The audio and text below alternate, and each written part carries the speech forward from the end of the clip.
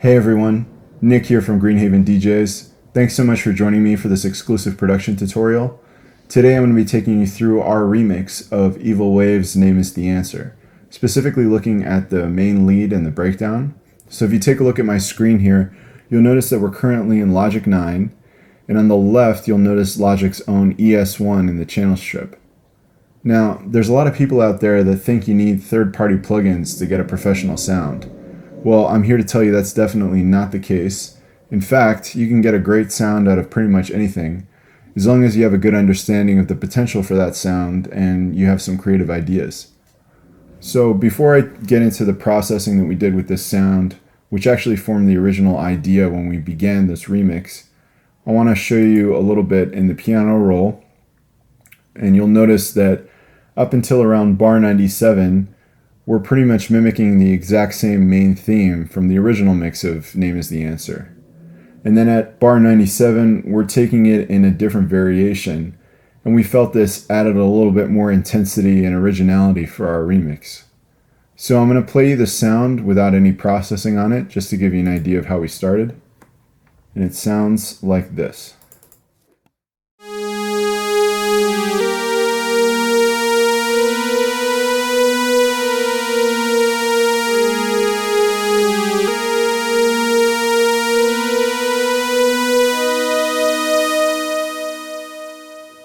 So as you can probably hear, that sounds like a pad, and in fact that's what we started with. We were just mimicking, the main theme and going through different options for as far as the melody goes. So now I'm going to take you through the plugins, and this is a pretty long effects chain, but by its nature this was a really creative endeavor in terms of processing the sound.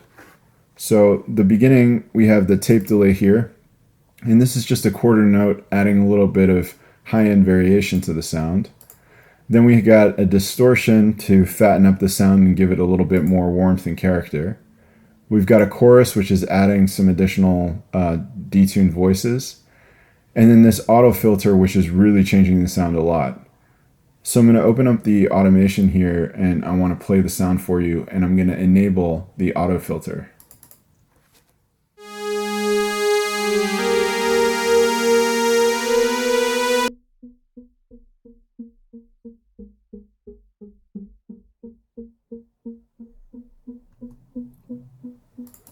So what is happening here with this sound?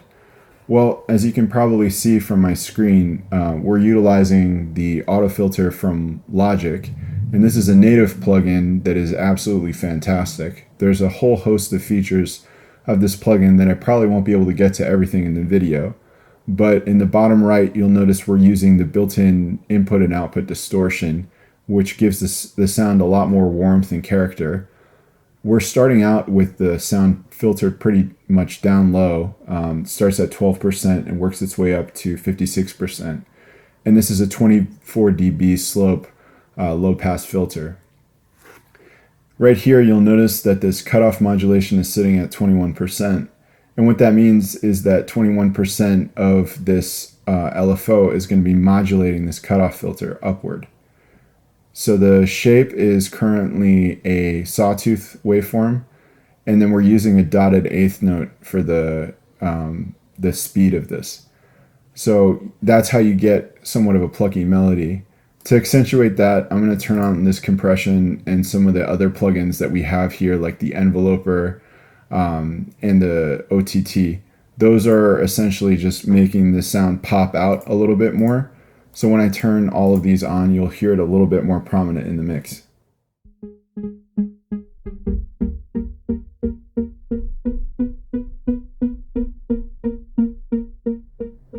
Now, if you're listening with headphones, you might notice that there's some low end.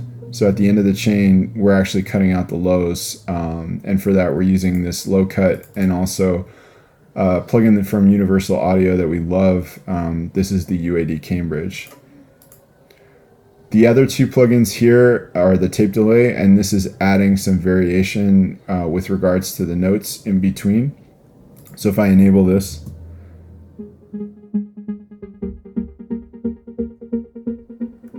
you'll notice that there's some notes in between there. And then this Bit Crusher is a phenomenal plugin from Logic, and this is essentially downsampling the audio waveform and adding a little bit of drive into a clip ceiling. And what that does is it adds a little bit more of a brittleness in the top end with some added harmonics. So if you listen to it with and without,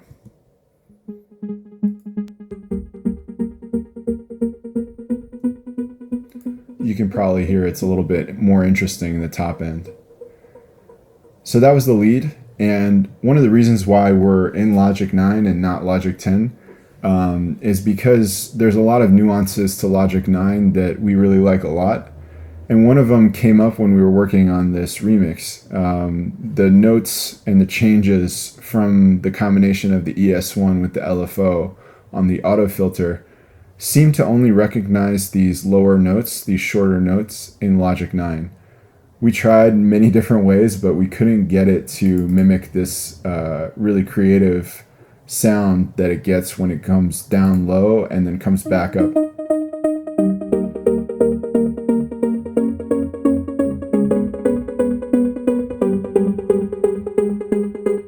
It's not doing it as much here. Sometimes it matters when you play back the sound, and at the beginning here we've got the volume automation pretty low, so it's just set to pretty much nothing, and this is just acting as a trigger. So when the sound actually comes into play, it's already triggered and you don't get this doubling up at the beginning. So something we often do in our remixes or projects in general is if we're having trouble with a sound or a sound's giving us some different behavior every time we're working with it, we'll bounce it down to audio. And that's what we did here. So at the top, I'm gonna mute this and focus on this element. And this is essentially a carbon copy of what I just played.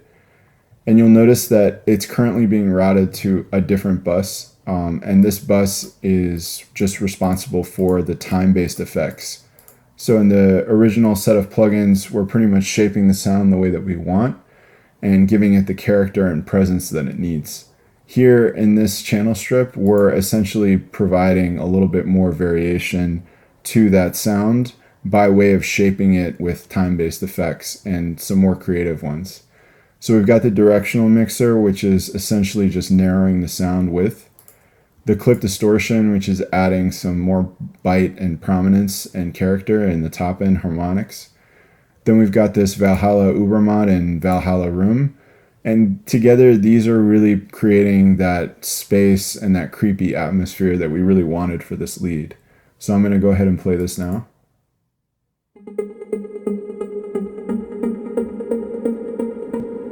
And this is without the time-based plugins. Turning this back on. And then we've got a gain here. We use gains. These are otherwise known as utility tools and other DAWs. And that's just to control the volume of the sound going into a different plugin if we need it to be lower or louder for whatever reason. So here we're lowering by minus 2.4 dB before we go into the sausage fattener.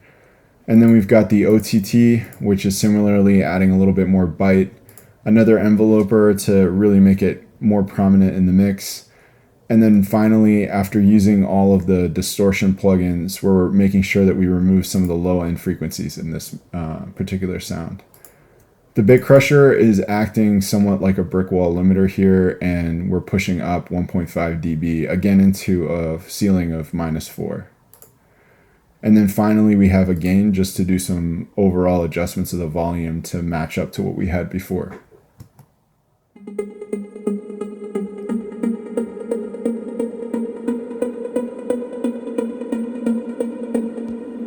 So now I'm going to play it with the ES2, which is providing the low end support in the breakdown.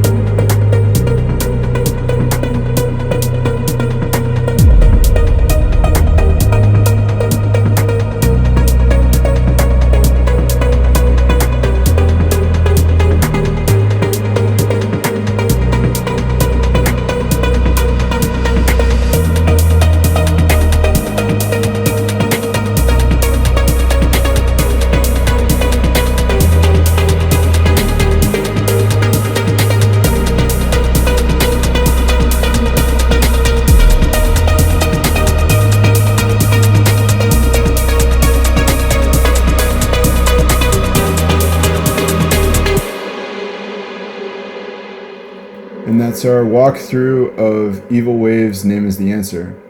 I really hope you enjoyed this. If you'd like to see more, or you're interested in production tutorials in general from us, please leave us a comment below, and we look forward to seeing you in our next video. Take care.